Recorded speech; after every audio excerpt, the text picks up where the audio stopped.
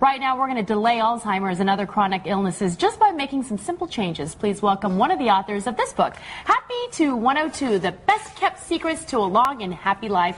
Welcome, Lily Sarafan. Hi, Lily. Hi. How are you? Welcome to the show. Thanks for being here. Nice to have you back. So, why did you decide to write this book, you and your co-authors?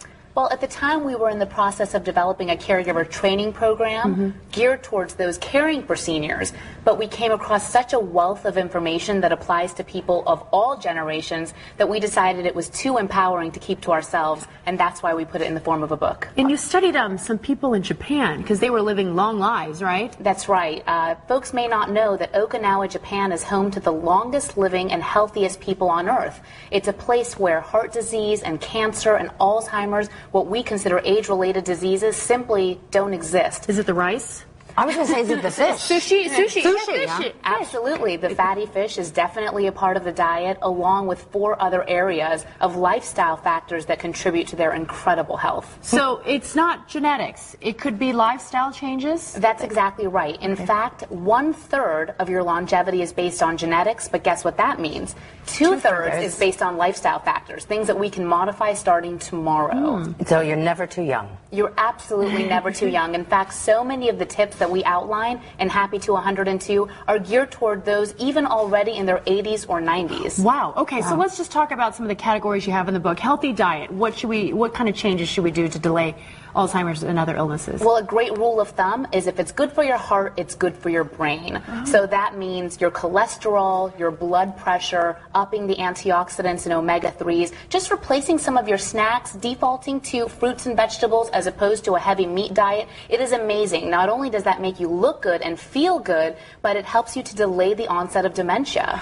Is there some things you can do, like exercises that, not be a couch potato, for example? Absolutely. People may know that physical activity helps their heart and helps them feel better, but I spoke about it last time. It affects the memory region of your brain. So physical activity, again, can help you delay the onset of dementia, which is something that I know everyone is concerned with today. Yes. So people in their 60s, 70s, and 80s, I mean, what kind of exercise? Are you talking about walking, or what can they do? Sure. And so it could be something as simple as walking. What happens, in fact, is not only does muscle loss contribute to a lack of physical activity, but also a fear of falling, since it is a leading cause of death for people already in their 70s or 80s. And you can address that in a few ways. Wearing sturdy shoes, a wide rim hat to reduce glare, or having a professional caregiver with you so that you can feel safe at all times. Okay. Wow. And then, how can we sharpen our minds? Do those games work? Like, the crossword puzzles and... You might think that's too good to be true, too easy to be true, but I'd have to tell you that that's exactly right. Crossword puzzles, Sudoku, memory exercises, even just remembering what you ate each day can definitely improve cognitive function.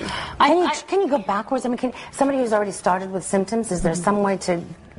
slow it down, slow it reverse down. it? Yeah. Now, this is something that, I have an uncle suffering from Alzheimer's. I'm sure it's of interest for a lot of people. Here's the great news. For those early stage Alzheimer's folks, yes, you can slow down the progression of the disease with the lifestyle factors that we outline in our book. I saw one tip that was so interesting. You said memorize a new word every single day. That's right. We should do that. Even though we don't have Alzheimer's. We should get the dictionary out. Yeah. Yes. In fact, it's something that you should start as young as possible. And if you can't think of the word yourself, there are all those great Word of the Day programs online. You can have it emailed right into your inbox. Okay. Wow. What about doing some social activities? Does that help with brain function? It really does. And it's something that folks who are a little bit younger don't worry about as much because we tend to be more social, but in their 80s or 90s, social isolation is so common. What we love to recommend are games like bridge because it's a combination of social ties and mental stimulation. Get them both taken care of at one time in a fun environment. That's a good idea. If you have someone in your family or in your friend group that you think might be starting with this, how can you notice? What are the signs? How can you know the symptoms of the disease? Well, it can be simple things like wandering, forgetfulness, finding maybe even little scratches on the car that indicate that perhaps someone was confused when driving in the day or at night. And the best thing to do is just to consult with your geriatric physician or healthcare professional. Now, do we want to live to 102? You said, this was interesting, because you said, when we were talking about this earlier, you said, I don't want to live to 102. And I said, that's because you're your age. At my age, I'm thinking 102 is looking pretty good. I think it's a major misconception that at some point in life people become tired of living. And this is something that I'm going to put out there. It's says, I'm tired of living, we consider it suicidal thinking. What? We have to start developing the same mindset for those in their 80s or 90s. What about in your 30s? I just want to take a break. I don't want to, that's it. No, it's a major misconception. If those in their 70s knew it was possible with a few lifestyle changes to live another 30, 40%, that in itself would give them the positive outlook on life that it requires to live a life of healthy longevity. You also talk about home care, and that's very important to living to 102. Why is that? Well, home care in many ways. One, it's the best way to maintain independence for those already in their 80s or 90s. If you're suffering from some form of dementia, keeping clients or seniors in a familiar home environment is incredibly important. It also reduces the risk of falling or infection. So all of those things combined make home care the best alternative. Versus just being at a facility. That's exactly right. Unknown to them? Well, a facility, there are a few things. You typically have one caregiver for every 12 residents versus one-on-one in home care. So that's just another factor that contributes to the importance of home care